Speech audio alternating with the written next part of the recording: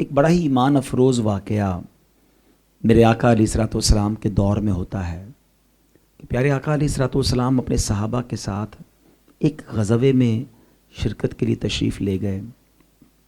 راستے میں صحابہ کرام بھی ساتھ ہیں اور یہ اعلان ہوا کہ سب قافلے والے رک جائیں اور اپنے کھانے پینے کے جو معاملات ہیں وہ کر لیں. گویا ایک بریک دیا گیا.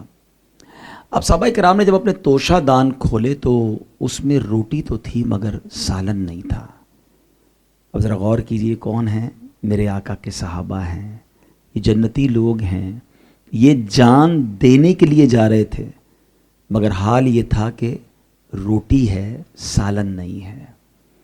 اور آج ہمارے پاس بہت کچھ ہے، ہمارے فریج بھرے ہوتے ہیں، کبڈز بھری ہوتی ہیں، اکاؤنٹس میں پیسے ہوتے ہیں، مگر تھوڑی سی کمی ہو جائے، تھوڑا سا لاس ہو جائے تو ہمارا موڈ آف ہو جاتا ہے، زبان پر شکوہ آتا ہے، کمپلین شروع کر دیتے ہیں، شکر بھول جاتے ہیں.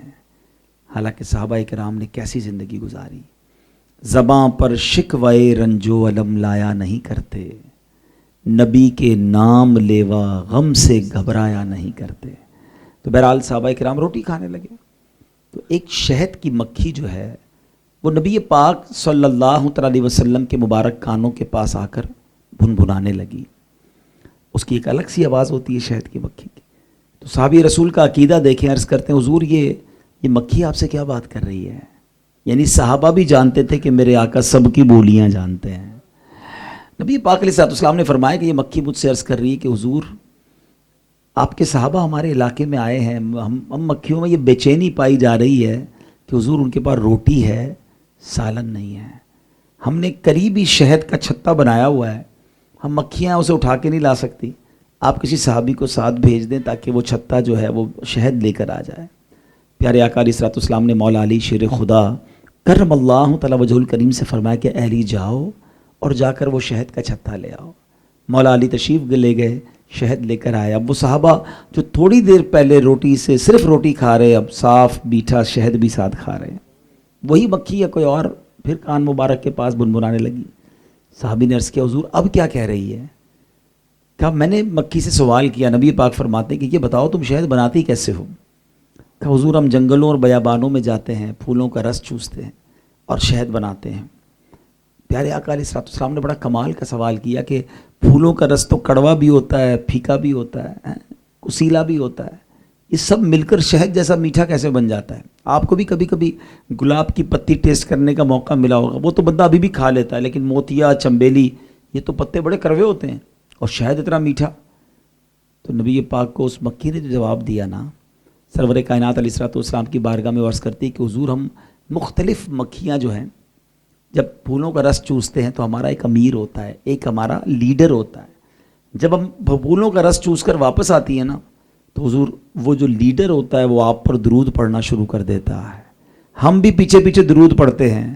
حضور یہ کوئی اور کمال نہیں ہے، یہ درود پاک کی برکت ہے کہ پھولوں کا کڑوا رس جو ہے وہ شہد جیسا میٹھا ہو جاتا ہے.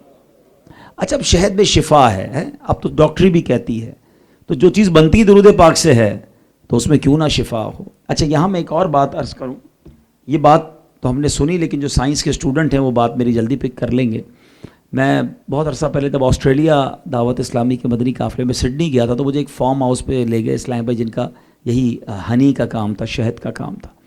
تو انہوں نے مجھے باکسز دکھائے کہ اندر ہم اس طرح باکس میں شہد بناتے ہیں اور یہ مکھیاں، اب تو یہاں بھی کئی جگہوں پر ہوتا ہے. تو میں نے کہا یہ بتاؤ یہ مکھیاں ملی سب کیسے اس ڈبے میں آ جاتی ہیں، کیسے یہیں یہ پھولوں کا رس لے کر آتی ہیں اور شہد بناتی ہیں؟ تو اس نے کہا کوئی بڑا کمال نہیں ہے، یہ مکھیوں کی پوری سائنس جو ہے، فینومینا جو ہے وہ یہ کہ کوئین بی ہوتی ہے، ایک ملکہ مکھی ہوتی ہے جو لے آئی جائے تو اس کے ریڈار میں جتنی بھی مکھیاں ہوتی ہیں وہ اس کے تابع ہو جاتی ہیں. قدرتی طور پہ وہ نیٹ ورکنگ ہو جاتی ہے کہ جس شہد کے چھتے کے اندر کوئین بی ہوگی تو وہ مکھیاں وہیں آ کر جو ہے وہ اس کے اندر شہد ڈالیں گی. تو پھر ختم، اب ان کو نکالتے کیسے ہو؟ کہا ہمیں کوئی ٹینشن نہیں، ہم کوئین بی کو نکال لیتے ہیں، وہ ساری خود ہی ڈسپرس ہو جاتی ہیں اور وہ شہد پھر ہم اس کو نکال لیتے ہیں. تو مجھے پھر حدیث یاد آئی کہ نبی پاک نے 1450 سال پہلے بتا دیا تھا کہ مکھیوں کا ایک لیڈر ہوتا ہے، ایک کوئین بی ہوتی ہے، اور گویا وہ نبی پاک پر درود پڑھتی ہے، سب مکھیاں مل کر پڑھتی ہیں درود، شہد جو ہے وہ میٹھا ہو جاتا ہے. تو بہرحال میرے میٹھے اسلامی بھائیو، یہاں اس روایت کے بعد علماء نے بڑی پیاری بات لکھی کہ جب پھولوں کا کڑوا رس جو ہے وہ درود پاک کی برکت سے شہد جیسا میٹھا ہو سکتا ہے، تو اگر کسی کی زندگی میں گناہوں کی کڑواہٹ ہے نا، اگر کسی کی زندگی میں بدعمالیوں کی پھیکاوٹ ہے اور وہ چاہتا ہے کہ میری زندگی نیکیوں کی مٹھاس سے تر بتر ہو جائے، تو وہ اپنی زندگی میں درود پاک کو شامل کر لے. وہ چلتے پھرتے اٹھتے بیٹھتے درود پاک پڑھے، انشاءاللہ زندگی کی حقیقی مٹھاس کو پالے گا. اللہ مجھے بھی یہ توفیق دے، آپ کو بھی یہ جذبہ عطا فرمائے، اور روزانہ کثرت کے ساتھ درود پاک پڑھیں. آئیے مل کر درود پاک پڑھ لیں. صلو علی الحبیب صلی اللہ تعالی علی محمد صلی اللہ علیہ وسلم. آج میں نے آپ سے بہت طویل بیان نہیں کروں گا، کچھ دیر کی ہی میں حاضری دوں گا. ایک ایسے ٹاپک پر بات کرنا چاہتا ہوں کہ ہمارا ایک بہت بڑا مہمان آنے والا ہے. ہمارے گھر میں جب بھی کوئی مہمان آتا ہے نا، ہم اس کی پریپریشن کرتے ہیں، اس کی تیاری کرتے ہیں. آج بھی ہمارے امجد بھائی اور ان کے گھر والوں نے یہ پروگرام کیا تو انہوں نے تیاری کی، دعوت دی ہوگی، انتظام کیا. جیسا مہمان ایسی پریپریشن. جتنا قریبی معزز جس سے محبت ہو وہ مہمان آتا ہے نا، تو اتنا لوگ اس کے لیے تیاری کرتے ہیں، اتنی اچھی تیاری کرتے ہیں.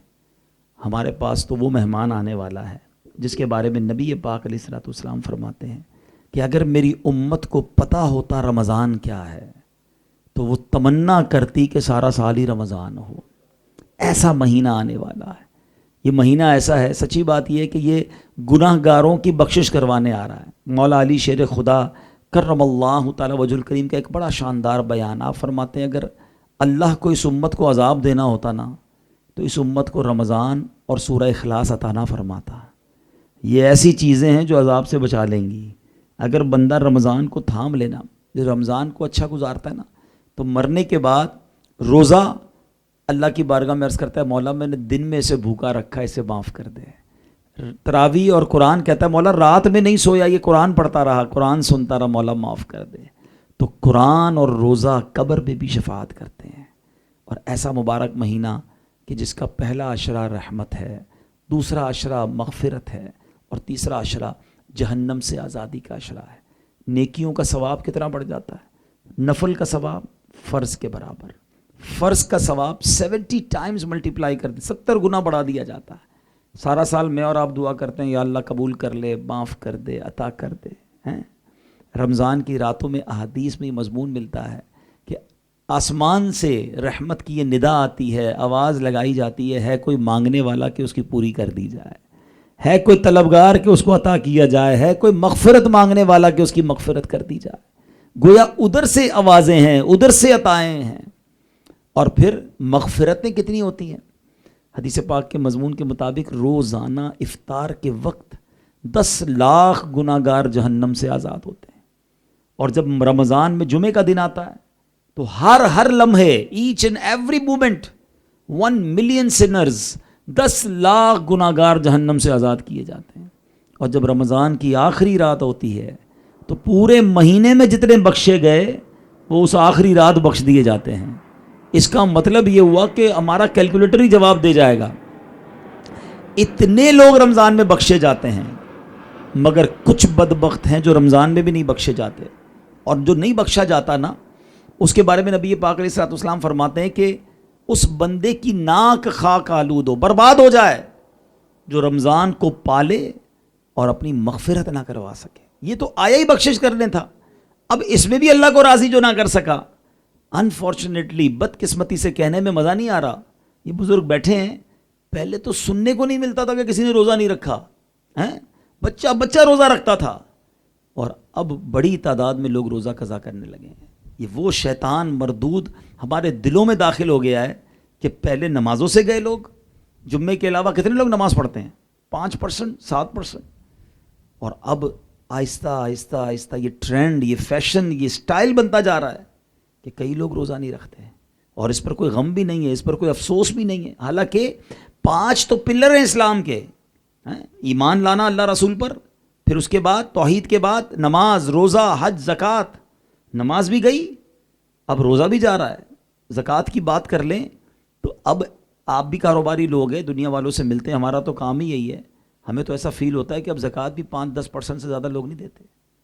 یا تو دیتے ہیں تو حساب سے پوری نہیں دیتے، اپنی مرضی سے نکال رہے ہیں، تھوڑی بہت نکال دی ٹھیک ہے، کون پوری زکوٰۃ دے، کون کیلکولیشن کرے، اتنا دل پہ بوجھ فیل کرتے ہیں زکوٰۃ کو، استغفر اللہ۔ اب مجھے بتائیں کہ پلر ہی نکل گیا جس عمارت میں، وہ عمارت بچتی ہے؟ کسی عمارت کے پلر، عمارت گرانی ہونا تو پلر کاٹ دے، خود ہی گر جانی ہے۔ تو نماز کو عماد الدین کہا گیا، الصلاۃ عماد الدین، یعنی نماز دین کا ستون ہے، وہ ستون بھی گر گیا، روزے میں کمزوری، زکوٰۃ میں کمزوری۔ اب آپ سوچیں، حج کے بارے میں بھی بس اللہ معاف کرے، اب لوگ کہتے ہیں بھائی ابھی نہیں، بعد میں انشاءاللہ تھوڑا یہ کام ہو جائے پھر کریں گے، حالانکہ حج کے بارے میں میرے آقا علیہ الصلوۃ والسلام فرماتے ہیں، جس کا مضمون ہے کہ جو استطاعت کے باوجود، یعنی جس پر حج فرض ہو گیا ہے اور پھر وہ حج نہ کرے تو مجھے کوئی پرواہ نہیں، عیسائی ہو کر مرے یا یہودی ہو کر مرے۔ یعنی اس کا مطلب یہ ہوا کہ اس کے ایمان کا چھن جانے کا خوف ہے، مگر نہیں کرتے کئی لوگ حج۔ تو پلیز میرے میٹھے اسلامی بھائیو، رمضان میں کوتاہی نہیں کرنی ہے۔ رمضان یہ نزول قرآن کا مہینہ ہے، اس میں قرآن سے دوستی کریں۔ ہم میں سے کتنے سارے ایسے لوگ ہیں جن کو دنیا بھر کی معلومات، کتنے ملکوں میں کرونا ہے تو کتنا جناب پھیل گیا، تو ویکسینیشن کیا ہے، تو فلاں اسپورٹس کا اسکور کیا ہے، تو فلاں ملک کی سیاست کیا کہتی ہے، آج ڈالر کا ریٹ کیا رہا، تو آج جناب سونے کا ریٹ، ایک ڈالر خریدنا نہیں ہے، ریٹ روز چیک کرنا ہے، سونا لینا نہیں ہے، پھر بھی روز سونے کے اتار چڑھاؤ پہ بحث ہو رہی ہے۔ کیوں بھائی؟ فارغ ہے نا، ٹائم ہی ٹائم ہے، ویلے ساری بحثیں دنیا کی کرنی ہے، اور نہیں سیکھنا تو قرآن نہیں سیکھنا۔ 40 50 سال کے ہم ہو گئے، قرآن نہ تلفظ سے پڑھنا آیا، نہ قرآن میں لکھا کیا پتہ نہیں ہے۔ مجھے صحیح بتاؤ، اللہ کو کیا جواب دیں گے؟ ٹائم ہی نہیں نکالا قرآن کے لیے۔ اللہ کا پیغام ہے یہ، میسج آف اللہ سبحانہ و تعالی۔ حدیث پاک میں میرے آقا فرماتے ہیں، وہ دل ویران ہے جس میں کچھ قرآن نہیں ہے۔ اپنے دل میں چیک کریں کتنا قرآن ہے۔ ایٹ لیسٹ کیا ایسا نہیں ہو سکتا کہ اب اللہ خیر، پہلے تو دعا کرتے ہیں اللہ خیر سے رمضان نصیب کر دے، اس میں پورے روزے عطا کر دے، صحت والا رمضان دے، یہ کرونا وائرس کا خاتمہ فرمائے، اللہ ہماری جان و مال کی حفاظت فرمائے۔ لیکن یہ تو سمجھ گئے نا کہ اب زندگی کی ویلیو کیا ہے، آس پاس سے جنازے اٹھ رہے ہیں۔ کرونا وائرس نے تو ہمیں اپنی اوقات بتا دی نا، کہ کچھ بھی کر لیں، کتنا بھی پیسہ ہو، باری آنی ہے تو چلے ہی جانا ہے۔ تو یہ کیا پتہ یہ آخری رمضان ہو زندگی کا۔ تو اس رمضان میں تو ایسی نیت ہو سکتی ہے نا کہ ہم انشاءاللہ یہ رمضان قرآن کی انڈرسٹینڈنگ میں گزاریں گے، قرآن پڑھنے میں گزاریں ہیں، قرآن کا ترجمہ اور تفسیر پڑھیں۔ دعوت اسلامی نے تو کتنا آسان قرآن کا ترجمہ اور تفسیر ہمیں دے دیا ہے۔ تفسیر قرآن صراط الجنان سافٹ ویئر میں بھی دے دیا، PDF میں بھی دے دیا، بک کی شکل میں بھی دے دیا۔ اب تو آڈیو ہم نے تفسیر ریکارڈ کرنی شروع کر دی کہ پہلے آڈیو سن لے بھائی، پڑھ نہیں سکتے سننا شروع کر دیں، لیکن قرآن سے انٹر کنیکٹ تو ہونا۔ تو ہے میرے میٹھے اسلامی بھائیوں، رمضان میں گناہ نہیں کرنا ہے، یہ بڑی اہم بات آپ کرنے جا رہا ہوں۔ مولا علی شیر خدا کرم اللہ تعالی وجہ الکریم ایک بار ایک قبرستان کے پاس سے گزرے، آپ نے دیکھا مردے پر عذاب ہو رہا ہے، اللہ والے تھے نا، اللہ پاک نے ایسی نگاہ دی تھی، قبر کے حالات دیکھ لیے، قبر میں عذاب ہو رہا ہے کہ یا اللہ اس کو، وہ مردہ جو ہے مولا علی سے عرض کرتا ہے علی مجھے بچا لیں، میری سفارش کریں، مجھے آگ میں جلایا جا رہا ہے۔ حضرت علی نے ہاتھ اٹھائے، مولا اسے بخش دے۔ دعا کرنے والا کون ہے؟ شیر خدا، کتنا بڑا مرتبہ ہے آپ کا، مگر آپ کو حکم الہی ہوتا ہے اے علی اس کی سفارش نہ کریں۔ کہ یا اللہ ایسا کون سا گناہ کر لیا ہے، اتنی بڑی خطا؟ کہ علی یہ وہ شخص ہے جو رمضان کے دن میں تو روزے رکھتا تھا، رات گناہوں سے باز نہیں آتا تھا۔ روزے رکھ کر گناہ کرنے والے کا یہ حال ہے تو روزے قضا کرنے والے کا حال کیا ہوگا؟ تو آج ہمارے یہاں بہت برا حال ہے۔ مسئلہ پتہ کیا ہے؟ ہماری جو ہیبٹس ہے نا، شیطان تو بند ہے، رمضان میں قید ہو جاتا ہے، مگر ہم بھی تو کسی سے پیچھے نہیں ہیں نا، ساری عادتیں لگی ہوئی ہیں، جھوٹ چھوٹتا نہیں ہے، گالیاں دیتے ہیں، غیبتیں کر رہے ہوتے ہیں، موبائل کے اندر جناب سب ساری پیج لائک کرنے ہیں، ہر ویڈیو کو آنے کی اجازت ہے، تو پتہ نہیں کیا کیا نگاہیں دیکھ رہی ہوتی ہیں۔ تو رمضان میں بھی یہ گناہ پھر جاری رہتے ہیں۔ پلیز رمضان کے تقدس کو سمجھیں، جب کوئی چیز مقدس ہوتی ہے نا، اس میں نافرمانی کرنا بڑا گناہ ہو جاتا ہے۔ مثال کے طور پر کوئی مسجد میں جا کے بری بات کرے تو آپ کیا کہتے ہیں؟ خدا کا خوف کرو، مسجد میں، باہر تو تھا ہی غلط لیکن مسجد میں تو زیادہ غلط ہو گیا نا۔ کوئی مکے میں جا کے چوری کرے، مکے میں جا کے حرام کام کرے، کیا کہیں گے یار مکے میں خدا کا خوف کرو، ایک نیکی لاکھ نیکی، ایک گناہ بھی لاکھ گناہ کے برابر۔ رمضان بھی رحمتوں کا مہینہ ہے، یہ نیکیاں کرنے کے لیے ہے، اس میں تھوڑی خطائیں کرنی ہیں، اس میں بھی ٹی وی دیکھ رہے ہوتے ہیں، اس میں بھی معاذ اللہ ٹائم پاس کے نام پر کیا کچھ ہو رہا ہوتا ہے۔ تو پلیز ایک نیت پکی کرنی ہے کہ رمضان میں ایک بھی گناہ نہیں کرنا انشاءاللہ، ہاں بچنا ہے اور بچانا ہے، خود بھی بچنا ہے، اپنی فیملی کو بھی بچائیں، تو پھر اصل رحمتیں ملیں گی نا. نافرمانی بھی رب کی کریں اور رب کی رضا بھی مل جائے، یہ کیسے ہوگا؟ اور اس رمضان میں اب آئیے میں آپ کو بتاتا ہوں کہ میرے آقا مدینے والے مصطفیٰ صلی اللہ تعالیٰ علیہ وسلم رمضان کیسے گزارتے تھے. سبحان اللہ. آقا کے بارے میں بی بی عائشہ صدیقہ رضی اللہ تعالیٰ عنہ فرماتی ہیں کہ جب رمضان آتا تھا نا تو نبی پاک کے چہرے کا رنگ بدل جاتا تھا، متغیر ہو جاتا، آپ پہ خوف خدا طاری ہو جاتا، آپ اتنی دعائیں کرتے کہ رنگ زرد ہو جاتا تھا. دوسرا فرمایا کہ نبی پاک اپنے بستر پر تشریف نہیں لاتے تھے، راتیں عبادت میں، قبر بستہ عبادت میں رہتے تھے. جبریل امین آتے تھے میرے آقا کے پاس اور نبی پاک قرآن کا دور فرماتے، جبریل کے ساتھ بیٹھ کر قرآن پڑھتے اور قرآن سناتے تھے. 3 کام ہو گئے. اور چوتھا صحابہ کہتے ہیں آقا ویسے تو نبی پاک سے بڑھ کر سخی کوئی نہیں، مگر جب رمضان آتا نا تو نبی پاک کا دریائے سخاوت تیز آندھی کی طرح چلتا تھا. تو آئیے یہ 4 چیزوں پر آپ بھی عمل کر لیں کہ قرآن پڑھیں، راتیں عبادت میں گزاریں اور خوب دعائیں کرنی ہیں، اور چوتھے نمبر پر سخاوت کرنی ہے، اللہ کی راہ میں خوب خرچ کرنا ہے. یہ بھی نصیب والوں کا حصہ ہے، یاد رکھیے گا. اور زکوٰۃ پوری ادا کریں. اور نبی پاک علیہ الصلوۃ والسلام تو ویسے جب بھی جو فرمائے حق ہے، مگر اس معاملے میں پیارے آقا نے قسم اٹھائی کہ میں قسم اٹھا کر کہتا ہوں اللہ کی راہ میں خرچ کرنے سے مال کم نہیں ہوتا. تو یہ طے ہے کہ کبھی بھی رائے خدا میں خرچ کرتے ہوئے یہ فیل نہ کیا کریں کہ یار یہ چلا گیا، کم ہو گیا. کیلکولیٹر بتائے گا کم ہو گیا. کروڑ تھے 2.5 لاکھ چلے گئے، 97.5 ہی رہ گئے، مزید 50,000 اللہ کے راہ میں دیے تو اب 97 رہ گئے. کیلکولیٹر آپ کو بتائے گا، مگر تھوڑے دنوں میں ملٹیپلائی ہو کر جب آئے گا تو آپ حیران ہو جائیں گے. میں ایک سوال کرنا چاہتا ہوں، جو حلال کماتا ہے اور زکوٰۃ پوری دیتا ہے، آپ دیکھ لیں اس کی ہر سال زکوٰۃ بڑھ رہی ہوتی ہے، ایسا ہی ہے؟ کیسے زکوٰۃ کیسے بڑھ رہی ہے؟ اس کا مطلب مال بڑھ رہا ہے نا. مال بڑھ رہا ہے تو اللہ پاک زکوٰۃ بھی اور بڑھ رہی ہے، اور دے اللہ کی راہ میں، اللہ اور عطا فرمائے. اچھا ایسا نہیں ہے کہ صرف ادھر ہی فائدہ ہے کہ بھائی آپ ادھر دے دیں اور پیسے بڑھ رہے ہیں، نہیں، اصل فائدہ تو آخرت میں ہے، وہ تو دیکھا ہی نہیں ہے نا، وہ تو وہاں دیکھنا ہے. نبی پاک علیہ الصلوۃ والسلام فرماتے ہیں، حدیث کتنی خوبصورت ہے کہ صدقہ جو ہوتا ہے نا اللہ کی راہ میں جو بھی ہم خرچ کرتے ہیں، بندے کے ہاتھ سے نکل کر اللہ کے دستے قدرت میں چلا جاتا ہے. اللہ تمہارے صدقوں کو ایسے پالتا ہے جس طرح تم اپنے جانور کے بچوں کو پالتے ہو. جانور کا بچہ چھوٹا ہوتا ہے، پالتے پالتے بڑا ہو جاتا ہے نا. فرمایا بندہ جب قیامت کے دن اپنا اجر دیکھے گا نا، ثواب دیکھے گا، کہے گا مولا میں نے اتنی نیکیاں تو نہیں کی تھی. ارشاد ہوگا یہ وہ نیکیاں، یہ وہ صدقے ہیں جو تم نے دنیا میں کیے تھے. بندہ کھجور کا صدقہ دیتا ہے، اللہ پہاڑ جتنا جب عطا فرماتا ہے. یہ ملٹیپلیکیشن ہے. اللہ کی راہ میں خرچ کرنا، اس میں بالکل دل چھوٹا نہ کیا کریں. سخی اللہ کو بڑا پسند ہے، یاد رکھیے گا. ایک حدیث پاک ہے، حضرت ابو ہریرہ رضی اللہ تعالیٰ اس کے راوی ہیں کہ سخی اللہ کے قریب، جنت کے قریب، بندوں کے قریب ہوتا ہے اور دوزخ سے دور ہوتا ہے. اور جو بخیل کنجوس ہوتا ہے نا، وہ اللہ سے دور، جنت سے دور، لوگوں سے دور، جہنم کے قریب ہوتا ہے. اپنے آپ پر غور کر لیں کہ میں کس کیٹیگری میں ہوں، سخاوت والی یا بخل والی. دل پر بھار نہیں آنا چاہیے. زکوٰۃ دینے والا، صدقہ دینے والا تو شکر بھی ادا کرے کہ یا اللہ تیری مہربانی، تو نے زکوٰۃ دینے والا بنایا، مانگنے والا نہیں بنایا. ہماری اوقات ہے، ہم نے کوئی کمال کیا ہے جو اللہ نے ہمیں مالدار کر دیا، ہم زکوٰۃ دینے والے ہو گئے؟ نہیں جناب، ہمارا کوئی عقل، کوئی ہوشیاری، کوئی کمائی رب کی مہربانی ہے. ہیں جو بار بیچارے غریب روڈوں پہ سوتے ہیں، ہم بھی ان میں سے ہو سکتے تھے. ہم جس کو زکوٰۃ دیتے ہیں بیچارے جو لینے آتے ہیں ہمارے گھر پر، ہم بھی وہ ہو سکتے تھے، ہمارے بچے بھی ہو سکتے تھے.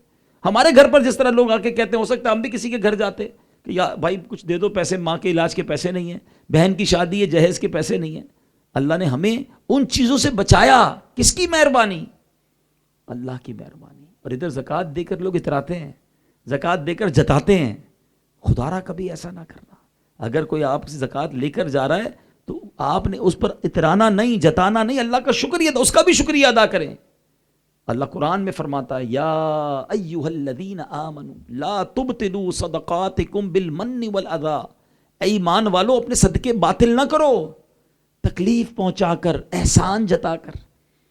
اب لوگ کیا کہتے ہیں، بھائی یاد ہے نا غریب تھا تو میں نے پیسے دیے تھے، قرضہ دیا تھا، بھول تو نہیں گیا؟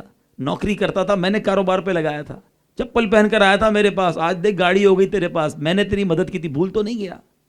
یہ جملے آپ کے سارے ثواب کو برباد کر دیں گے. کبھی جتانا نہیں ہے، کبھی دل نہیں دکھانا ہے جب کسی کو مدد کریں.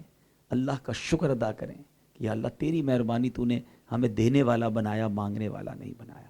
تو بہرحال میرے میٹھے اسلامی بھائیوں، پلیز اس مال کے میل کو ادا کریں. زکوٰۃ مال کا میل حدیثوں میں قرار دی، پورا نکالیں. اگر اس مال میں مل گیا نا، یہ سارے مال کو برباد کر دے گا. ٹھیک ہے، اور پھر یہ بڑھتا ہے، یہ نشو و نما پاتا ہے. یہ کیلکولیٹر کہتا ہے نا کم ہو گئے. بڑی پیاری مثال علماء نے دی. ایک بندہ ہے جو دو تین بوریاں لے کر گیا کھیت میں، سارے بیج تھے اس کے پاس، کھیت میں ڈال کر آ گیا. واپس آیا تو خالی ہاتھ آیا نا. تو کوئی نہیں کہتا کہ 3 بیج کم کر کے آیا، 3 بوریاں کم کر کے آیا ہے، یا 3 بوریاں نقصان کر کے آیا ہے. سب کو بتایا آج 3 بوریاں ڈال کے آیا، تھوڑے دنوں میں 3 ٹرک لے کر آئے گا. تو بالکل یہی ہے، رائے خدا میں جو خرچ کرتے ہیں نا تو یہ ملٹی پلائی ہو کر ہی واپس آتا ہے. سبحان اللہ. ایک نبی پاک حدیث سناتے، نبی پاک ایک واقعہ سنا رہے تھے صحابہ کو. فرماتے ایک عورت تھی اور کھانا کھا رہی تھی، تو اچانک اس کے دروازے پر کسی نے دستک دی. اس نے نوالا منہ کے قریب کیا اور کسی فقیر نے کہا اللہ کی راہ میں کچھ دو، میں بہت بھوکا ہوں. اس عورت نے وہ نوالا جو ہے نا اس فقیر کو دے دیا، خود نہیں کھایا. تھوڑے دنوں بعد اس عورت کے یہاں بچہ پیدا ہوا. آقا علیہ الصلوۃ والسلام کی حدیث میں ہے، عورت بچے کو لے کے جا رہی تھی، چھوٹا بچہ تھا. بھیڑیا آیا اور اس بچے کو لے کے بھاگ گیا. عورت چیخنے لگی میرا بیٹا میرا بیٹا. اللہ کریم نے فرشتوں کو حکم دیا کہ جاؤ اس بھیڑیے کے منہ سے اس عورت کا بچہ چھیننا اور عورت کو لوٹا کر کہہ دینا لقمے کے بدلے لقمہ ہو گیا ہے. تم نے اپنے منہ کا لقمہ اللہ کی راہ میں دیا، اللہ نے بھیڑیے کے منہ سے تمہارا بیٹا تمہیں واپس لوٹا دیا. صدقہ یوں بلاؤں سے بچاتا ہے، صدقہ یوں آفتوں سے بچاتا ہے. ہم کہتے ہیں جناب 1 کا 10 ملتا ہے، مولانا صاحب چلیں 10,000 صبح دیتا ہوں اللہ کی راہ میں، رات تک لاکھ روپے ہوں گے نہیں ہوں گے. یہ ملٹیپلیکیشن نہ دیکھیں اللہ کریم جانتا ہے کہ میرے لیے کیا بہتر ہے. میں آپ سے پوچھتا ہوں، آپ نے 10,000 دین کے راہ میں خرچ کیے، لاکھ روپے نہیں ہوئے، لیکن آپ کے آفس میں آگ لگنے والی تھی، اللہ نے وہ بچا لی. اللہ نہ کرے آپ کا ایکسیڈنٹ ہونے والا تھا، اللہ نے وہ بلا ٹال دی. تو وہ لاکھ روپے ملنا اچھا تھا یا ٹانگ ٹوٹنے سے بچنا اچھا تھا؟ اللہ کو معلوم ہے کہ ہمارے لیے کیا ضروری ہے. حدیث کے الفاظ ہیں کہ صدقہ بلاؤں کے درمیان آ جاتا ہے، صدقہ انٹرسیپٹ کرتا ہے بلا کو، جب تک وہ بلا کو بندے پر نازل نہیں ہونے دیتا، کیونکہ اللہ کی راہ میں دیا ہوا صدقہ روک بن جاتا ہے. تو میٹھے اسلامی بھائیوں، رمضان آ رہا ہے، خوب اللہ کی راہ میں خرچ کریں اور یہ پیسے انشاءاللہ قیامت میں کام آئیں گے. اپنی زکوٰۃ، اپنے صدقات کا سب سے بہترین استعمال یہ کس کو دینی ہے؟ سب سے پہلے اپنے غریب رشتہ داروں کو دیں. اچھا ایک اور بات کر لوں میں، زکوٰۃ اول تو بھاری پڑنی نہیں چاہیے، خوش ہونا چاہیے کہ اللہ تیری رحمت، اتنے ملین میری زکوٰۃ ہو گئی، اتنے کروڑ میری زکوٰۃ ہو گئی، اے اللہ تیری مہربانی ہے. کچھ لوگ کہتے ہیں ارے یار 10 لاکھ روپے زکوٰۃ دینی پڑے گی. ارے اللہ کا شکر ادا کرو، اللہ نے 4 کروڑ دیے تو 10 لاکھ بنی ہے نا. اللہ پاک نے اتنے دیے، اس کا شکر ادا نہیں کرتے ہو، زکوٰۃ اتنی کیوں بن گئی، اس پہ ٹینشن شروع ہو جاتی ہے. حالانکہ زکوٰۃ کو اگر ایک اور کیلکولیشن میں بتاؤں نا، ایک سمجھانے کے لیے، ویسے تو 2.5% ہی زکوٰۃ ہے، لیکن میرے حساب سے اوور آل ملا کر زکوٰۃ 1-1.5% ہی بنتی ہے. ایک الگ زاویے سے سوچے تو وہ کیسے؟ بھائی ہمارے جتنے گھر ہیں اس پر زکوٰۃ نہیں ہے، جو فیکٹری ہے اس پر زکوٰۃ نہیں ہے، اگر دکان ہے تو اس پر زکوٰۃ نہیں ہے، گاڑیاں جتنی بھی ہیں اس پر زکوٰۃ نہیں ہے، گھر میں جو فرنیچر اور سامان ہے اس پر زکوٰۃ نہیں ہے، ضروریات زندگی جتنی بھی ہے اس پر زکوٰۃ ہی نہیں ہے. اگر کوئی چیز کرائے پہ دی ہوئی ہے، پلاٹ یا مکان یا کوئی چیز، تو اس پر بھی زکوٰۃ نہیں ہے. تو اتنی ساری چیزوں تو زکوٰۃ پہلے ہی مائنس ہو گئی، تو بچا کیا؟ تو پھر تو اگر سب چیزوں کو ملا کر دیکھتا تو 1-1.5% ہی بنتا ہے. ان سب چیزوں کو نکال کے جو چیزیں بچ رہی ہے تو 2.5% زکوٰۃ ہے نا. تو اللہ پاک نے کتنی چیزوں کی تو رعایت دے دی، اب جو بچا ہے اس پہ بھی دینے پہ بھاری پڑ رہا ہوتا ہے دوستوں کو. تو ایسا نہ کریں، خوش دلی کے ساتھ اوپن ہارٹڈلی اللہ کی راہ میں خرچ کریں، اللہ اس میں اور برکت عطا فرما دے گا. تو زکوٰۃ نارملی چاندی، سونا، کیش، پرائز بانڈ یا وہ مال تجارت جو ہم نے بیچنے کے لیے خریدا ہے، چاہے وہ پلاٹ ہے، چاہے وہ مال ہے، چاہے وہ کپڑا ہے، واٹ ایور آپ کے پاس چیز ہے، ان تمام چیزوں پر اس کو ٹوٹل کر لیں. اس کے بعد اس میں سے جو جو پیسے آنے ہیں، لینے، اگرائی جس کو آپ کہتے ہیں، وہ پلس کریں، جو جو دینے ہیں وہ مائنس کر لیں. اب جو بیلنس بچ گیا ٹوٹل، ٹھیک ہے نا، جس پہ یہ ساری چیزیں نکل گئیں، گھر بھی نکل گیا، گاڑی بھی نکل گئی، فیکٹری نکل گئی، فیکٹری کی مشینیں بھی نکل گئی، ٹھیک ہے، اگر دکان ہے تو دکان بھی نکل گئی. تو اب جو بچ گیا اب اس کا 2.5% ہم نے دینا ہے. سال پورا ہو گیا تو 2.5% دے دیں. ایک سال کا دن مقرر کریں جو ہمارا یوم نصاب ہو، ہر سال اسی دن کو کیلکولیٹ کریں اور چیک کر لیں جو اس دن کا بیلنس ہے اس کی 2.5% زکوٰۃ نکال دیں۔ ایک دو غلطیاں لوگ کرتے ہیں وہ بھی بتا دوں کہ زکوٰۃ بنائی مثال کے طور پہ 25 لاکھ 50 لاکھ کروڑ جو بھی زکوٰۃ بنی، اب کہتے ہیں یار اب مہینے کے 5 لاکھ کر کے دیتے رہیں گے ذرا ایزی ہو جائے گا۔ جس دن زکوٰۃ فرض ہو گئی نا اس دن پورے دینا واجب ہے، جتنی تاخیر کریں گے اتنے گناہ گار ہوں گے۔ آپ اگر چاہتے ہیں کہ آپ قسطوں میں زکوٰۃ دیں تو اس کا طریقہ یہ ہے کہ آپ 1 سال ایڈوانس ہو جائیں۔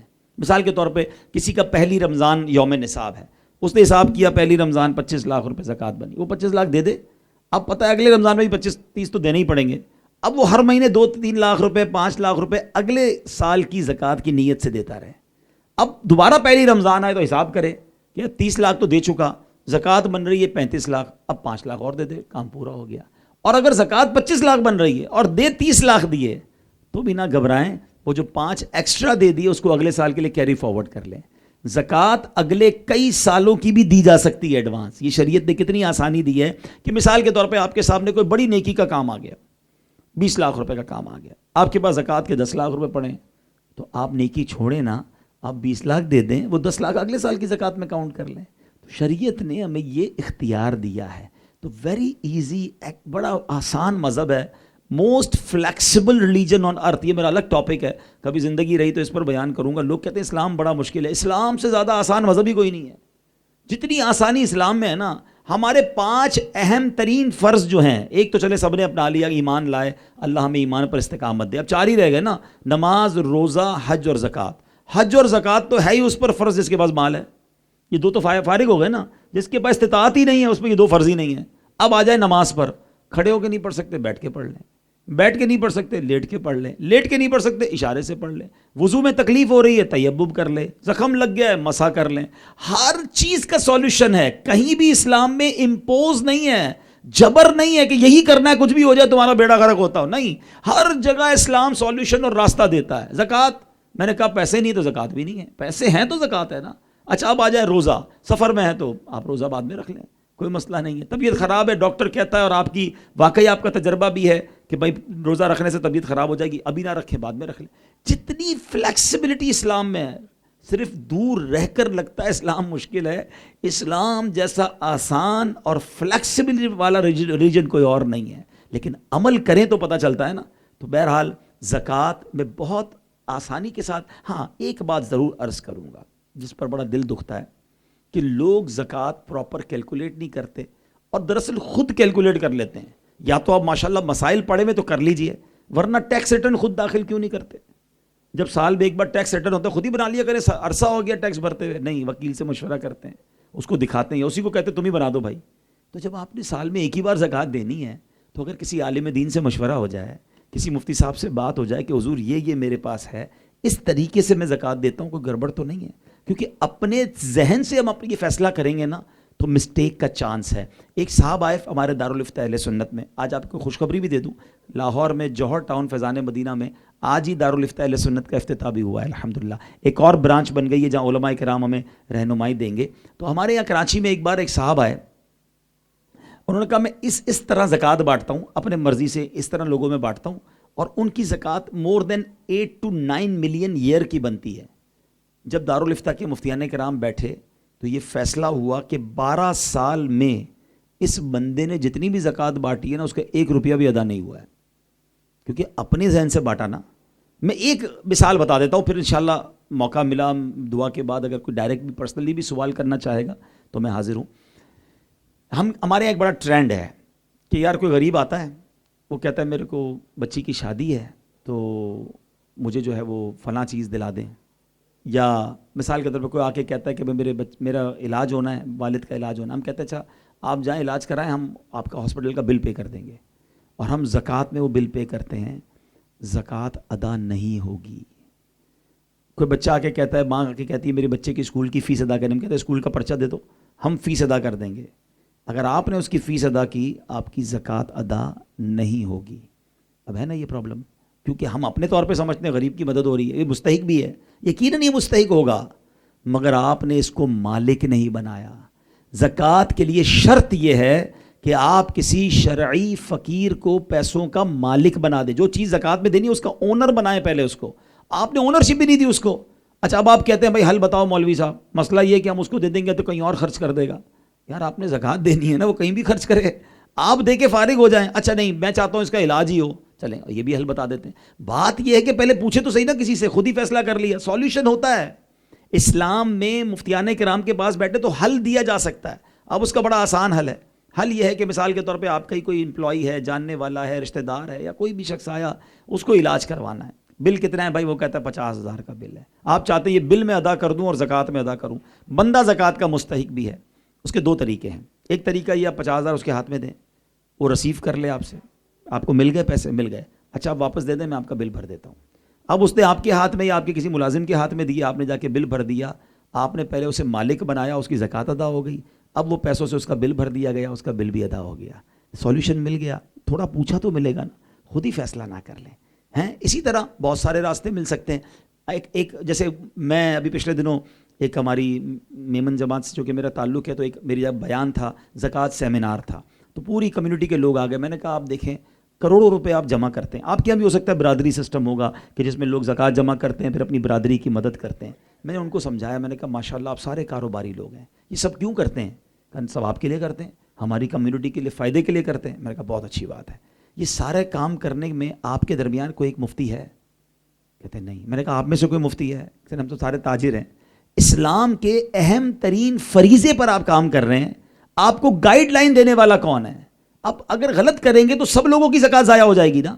کہ ہم تو لوگوں کو مکان دلاتے ہیں, لوگوں کو علاج کرواتے ہیں. ایک جماعت والوں نے مجھے بتایا کہ ہم نے 3 کروڑ روپے کی ایکس رے مشین منگائی ہے زکوٰۃ کے پیسوں سے. اب یہ بتائیں سارے پیسے ضائع ہو گئے. اس طرح زکوٰۃ ادا نہیں ہوتی ہے. آپ کو 3 کروڑ کی مشین منگوانی تھی نا, آپ جاتے مفتی صاحب کے پاس, وہ آپ کو حل بتاتے, حل ہے, لیکن اپنی عقل سے تو فیصلہ نہ کریں نا. تو پلیز میں آپ کو بھی یہ سمجھانا چاہتا ہوں, اگر زکوٰۃ دینی ہے نا, اللہ پوری زکوٰۃ ادا کروائے ہم سے, کسی سے ایک بار مشورہ تو کر لیں کہ میں یوں دینا چاہتا ہوں, یوں دینا چاہتا ہوں, اور انشاءاللہ آپ کو پراپر مشورہ مل جائے گا, آپ کی زکوٰۃ ادا ہو جائے گی, آپ کا فریضہ حل ہو جائے گا. اچھا لوگ کہتے ہیں یار ہم تو ایسی بانٹ دیتے, بھائی ہم نہیں پوچھتے, کون پوچھے زکوٰۃ کا مستحق کون ہے. دوست سوال کرنے کے لیے تیار نہیں ہے.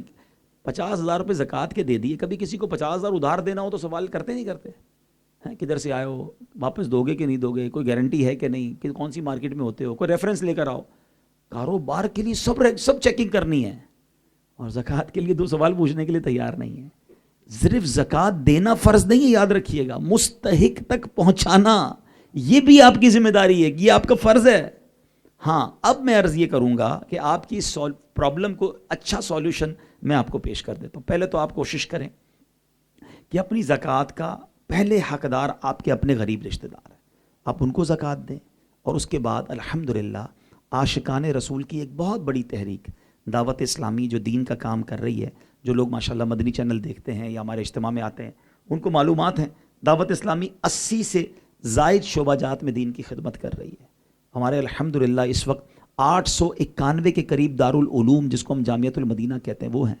اللہ کی رحمت سے 67,000 اسٹوڈنٹ عالم اور عالمہ بن رہے ہیں. ان میں ہزاروں وہ ہیں جن کا کھانا پینا رہنا ہمارے ذمہ ہے. ہمارے مدرسوں کی تعداد 4,300 سے زیادہ ہے. اللہ کی رحمت سے 2,14,000 بچے بغیر فیس کے قرآن سیکھ رہے ہیں. رزلٹ کیا ہے؟ تقریباً 3 لاکھ بچوں نے ناظرہ قرآن پڑھ لیا ہے, اور 92,000 بچے حافظ قرآن بن چکے ہیں. اب ان دونوں شعبوں کو میں ملا لوں نا, تو 3.25 لاکھ بچے اور بچیاں بغیر فیس کے قرآن پڑھ رہے ہیں, درس نظامی کر رہے ہیں. 2 ڈپارٹمنٹ ہو گئے. تیسرا ڈپارٹمنٹ ہم نے بنایا کہ مدرسے تو ہیں, علماء تو بن رہے ہیں, لیکن دنیاوی تعلیم نہیں لے پاتے تھے وہاں سے. ہاں لوگ کہتے ہیں یار انجینئر بنانا ہے, میں اپنے ڈاکٹر بنانا ہے, لیکن یونیورسٹی میں بھیجتے ہیں تو بچہ پیچھے رہ جاتا ہے دین سے, دین کی طرف بھیجتے ہیں تو دنیاوی تعلیم سے پیچھے رہ جاتا ہے. ہم نے اس کو برج کیا, اور اب دعوت اسلامی نے انگلش میڈیم اسلامک اسکول شروع کیے. 103 برانچز بن چکی ہیں اللہ کی رحمت سے انگلش میڈیم دارالمدینہ اسکول کی.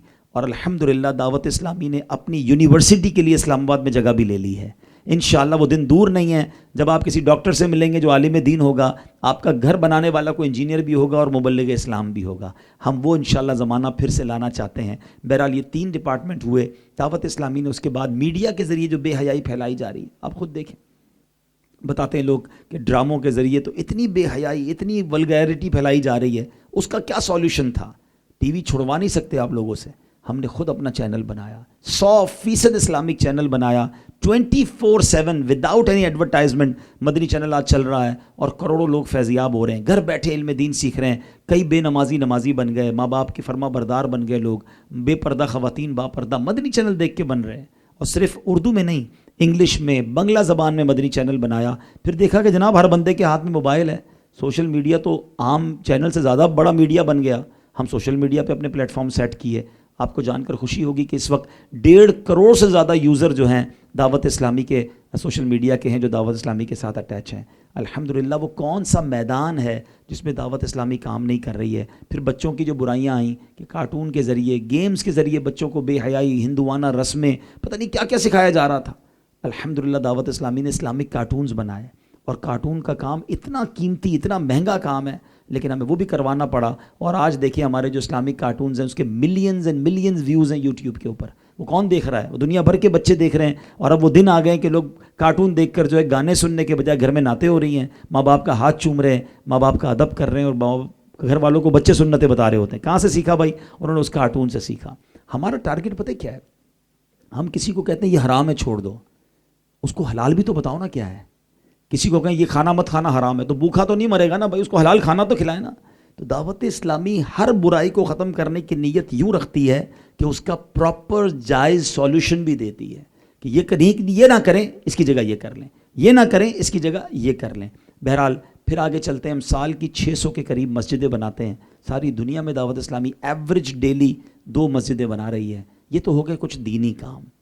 اس کے بعد ویلفیئر کے کاموں کی طرف چلیں تو سال ہا سال سے گونگے بہرے نابینا میں کام, لوگوں کو کھانا کھلانا, جیلوں میں جا کر قیدیوں کی اصلاح کرنا, یہ تو سب ہو رہا تھا.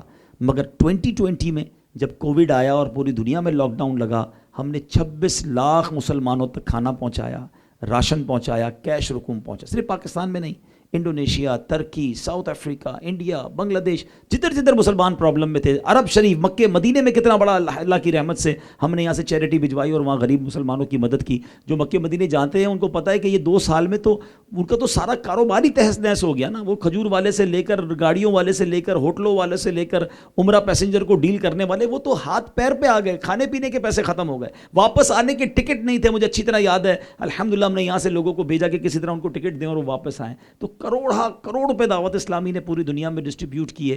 پھر اس کے بعد ایک اور بڑا ڈیزاسٹر آیا کہ جناب تھیلیسیمیا کے مریض, یہ بچے, اگر ان کو بلڈ نہ دیا جاتا تو ان کی جان چلی جاتی, کیونکہ اس زمانے میں تو کوئی ہاسپٹل جانے کے لیے تیار نہیں تھا, روڈ پہ آنے کے لیے نہیں تیار تھا. دعوت اسلامی والوں نے بلڈ کی کیمپین چلائی. آپ کو جان کر خوشی ہوگی کہ ان دا ہسٹری آف پاکستان یہ پہلی NGO ہے جس نے 6 7 8 ماہ کے اندر اب تک 38,000 سے زیادہ خون کی بوتلیں دے دی ہیں اللہ کی رحمت سے. اب ہم تھیلیسیمیا فری پاکستان پر کام کر رہے ہیں. ہم یہ اویئرنیس دے رہے ہیں کہ بچے شادی سے پہلے ٹیسٹ کروائیں تاکہ آنے والی نسلوں میں کوئی تھیلیسیمیا کا مریض پیدا نہ ہو. گرین پاکستان کے تحت پورے پاکستان میں شجر کاری ہو رہی ہے. ری ہیبلیٹیشن کے ذریعے معذور بچوں کی فلاح کا کام ہو رہا ہے. تو میں آپ سے صرف ایک سوال کروں گا آخر میں, کوئی ایک NGO, کوئی ایک آرگنائزیشن ایسی بتائیں جو اتنے سارے ڈپارٹمنٹ میں کام کرتی ہو. کچھ لوگ مدرسے کا کام کر رہے ہیں تو مدرسے کا ہی کر رہے ہیں, اسکول کر رہے ہیں تو اسکول ہی کر رہے ہیں, میڈیا ہے تو صرف میڈیا ہے, علاج ہے, ہاسپٹل ہے صرف ہاسپٹل ہے. مگر ایک ایسی تحریک جو مسجدیں بھی بنائے, قرآن بھی پڑھائے, عالم بھی بنائے, دین بھی سکھائے, ایمان بھی بچائے, اور اس کے ساتھ ساتھ کھانا بھی کھلائے, خون بھی دے, مریضوں کی شفا کے لیے بھی کوشش کرے, معذوروں کی بھی امداد کرے, میڈیا بھی چلائے, اتنا بڑا کام اگر دعوت اسلامی کر رہی ہے تو سچ بتائیں اپنے دل سے پوچھ کر, کیا ہمارے ڈونیشن میں اس کا حصہ نہیں ہونا چاہیے؟ اگر یہ جتنا آگے بڑھے گی ہماری نسلوں کا فائدہ ہے نا, ہم سب اگر اس کا ساتھ دیں گے تو یہ کام آگے بڑھے گا. میں تو سچ بات کہوں, ہمارے پیسوں کے نصیب ہیں اگر دعوت اسلامی میں لگ جاتے ہیں. اس سے اچھی انویسٹمنٹ نہیں ہے آج کے دور میں. آپ کے ذہن میں کوئی سوال ہے دعوت اسلامی کے بارے میں, کوئی کنفیوژن ہے, ابھی دعا کے بعد میں بیٹھا ہوں ادھر, آپ مجھ سے بات کریں. لیکن اگر آپ کا دل یہ کہتا ہے کہ یہ کام ٹھیک ہو رہا ہے نا, تو پلیز آگے بڑھ کر اس کا ساتھ دیں. ہمارے بہت زیادہ اخراجات ہیں, اور بلیو می ہمیں بہت سارے کام کرنے ہم نہیں کر پا رہے. ہمیں پتہ ہے کہ اس کے لیے فنڈ اور چاہیے گا. ہمارے اس وقت 32,000 امپلائیز ہیں, 32,000 لوگوں کو تنخواہ ہم دیتے ہیں. اب یہ بھی سوال آ سکتا ہے کسی کے ذہن میں, اتنے سارے بندے کیوں رکھ لیے بھائی, 32,000 افراد رکھ لیے, اب آپ کو تنخواہ دینی پڑتی ہے. ہماری تنخواہ کتنی بنتی ہے پتہ ہے؟ مہینے کی 60 کروڑ روپے تقریباً, یعنی روز کے 2 کروڑ روپے صرف تنخواہ کے چاہیے. آپ خود حساب کر لیں, 32,000 کو اب 20,000 روپے بھی ایوریج سیلری لے لے تو 64 کروڑ بن جاتے ہیں. میں محتاط اندازہ بتا رہا ہوں کہ 60 کروڑ روپے مہینے کا خرچہ ہے. ملٹی پلائی بائی 13 کر لیں تو 8 ارب روپے تو صرف تنخواہ کے چلے گئے سال کے. ہو سکتا ہے کسی کے ذہن میں خیال آئے 32,000 لوگ کیوں رکھ لیے بھائی. ہم صرف مجبوراً امپلائی رکھتے ہیں. میں نے کتنے مدرسے بتائے تھے؟ 4,300. 900 کے قریب دارالعلوم ہیں. ان دونوں کو ملا لیں تو 5200 تو ادارے بن گئے. 100 اسکول ملا لیں تو 5300 بن گئے. ان 5300 انسٹیٹیوٹس میں 5 آدمی تو گنیں گے ایک انسٹیٹیوٹ کے منیمم. ایک ناظم صاحب ہوں گے, استاد ہوں گے, ٹیچر ہوں گے. وہ تو بغیر فیس کے نہیں مل سکتے نا, بغیر سیلری کے. تو 25-26 ہزار لوگ تو یہی ہو گئے. 5 سے 6 ہزار مسجدیں ہیں دعوت اسلامی کے زیر انتظام. تو 30-32 ہزار تو میں نے لوگ آپ کو ویسے ہی گنوا دیے. اچھا, اس میں بڑی تعداد میں بہنیں ہماری ماشاءاللہ جو گھر بیٹھے قرآن پڑھا رہی ہیں آن لائن, یا جامعہ میں جا کر پڑھا رہی ہیں, پردے کے ساتھ دین کا کام کر رہی ہیں اور سیلری بھی انہیں مل رہی ہے. پھر ان کا علاج, ان کی فیملی کا علاج, تو اربوں روپے کے اخراجات ہیں. تو میں دوبارہ گزارش کرتا ہوں کہ اس بار اپنے ڈونیشن میں, اپنے فطرے میں, اپنے صدقے میں, اپنی زکوٰۃ پہلے تو پوری نکالنے کی ساری نیت کر لیں کہ انشاءاللہ زکوٰۃ پوری نکالیں گے انشاءاللہ. پچھلی بھی نہیں نکالی تو وہ بھی نکالنی پڑے گی. یاد رکھیے کہ یہ مال, یہ قرض ہے مجھ پر اور آپ پر. کسی کی اگر پچھلے سالوں کی بھی زکوٰۃ باقی ہے, یہ قرض ادا کر دو, اللہ تمہارے لیے راہیں کھول دے گا, وہ غیب کے خزانوں سے دے گا. اور پھر دعوت اسلامی میں, دعوت اسلامی کے لیے اپنا حصہ بڑا رکھیں تاکہ یہ دین کا کام آگے بڑھے. اللہ کریم ہمیں دین کی یہ خدمت کرنے کی توفیق عطا فرمائے. یہ رمضان ہمارے لیے برکتوں والا, رحمتوں والا بنا دے, اور اس رمضان میں خوب قرآن پڑھ کر عبادتیں کر کے اللہ کرے کہ ہم اپنی مغفرت کروانے میں کامیاب ہو جائیں. صلو علی الحبیب.